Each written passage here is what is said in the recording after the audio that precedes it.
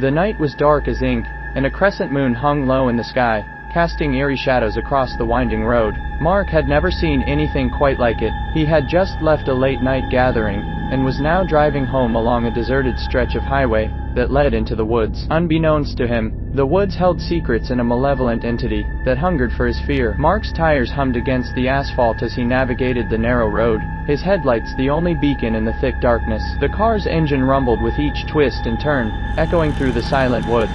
He was far from civilization, and the thought sent shivers down his spine. As he approached a particularly dense section of forest, Mark noticed a silhouette darting across the road in his rearview mirror. It moved with an unnatural swiftness and fluidity, like a wraith in the night. Panic seized him as he realized he was not alone on this road. Mark pressed his foot to the gas pedal, and the car's engine roared to life. The entity was now behind him, chasing with malevolent intent. Its presence was suffocating, a cold dread that clawed at Mark's heart. He pushed the car faster, the trees blurring into a twisted maze of shadows. The entity was relentless, gaining ground with each passing second. Its eerie wails echoed through the night, a chilling symphony of terror. Mark's heart pounded in his chest as he realized he had no way to outrun this malevolent force. Desperation clawed at him as he approached a turn in the road. Without thinking, he swerved off the highway and careened into the woods. The entity followed, its form becoming even more grotesque in the moonlight. It was a shadowy figure with elongated limbs, its face a featureless mask of horror. The woods closed in around Mark,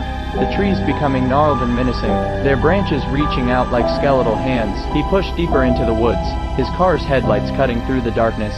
The entity was closing in, its breath cold against his neck. Mark's fear was a tangible presence, choking him as he hurtled through the night. Just as the entity was about to overtake him, Mark saw a glimmer of hope. Through the trees, he spotted a dilapidated bridge spanning a narrow river. He had no choice but to take the risk. Mark floored the gas pedal, launching the car onto the rickety bridge. The entity followed, but its form seemed to distort, unable to cross the threshold. With a triumphant roar, Mark crossed to the other side. As he looked back, he saw the entity writhe in agony, unable to cross the bridge.